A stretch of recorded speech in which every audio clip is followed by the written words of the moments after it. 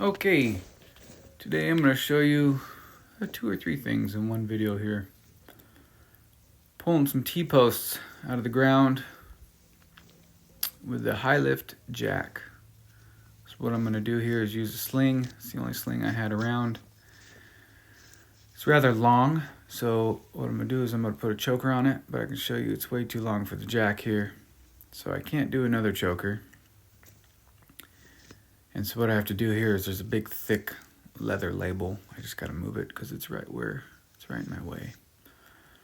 So if you want to do another choker, you can fold it back on itself, creating 2 loops, and then make it tall enough to get over. So now essentially I have 2 straps connected to this, although it is just one. So you want to cinch those down.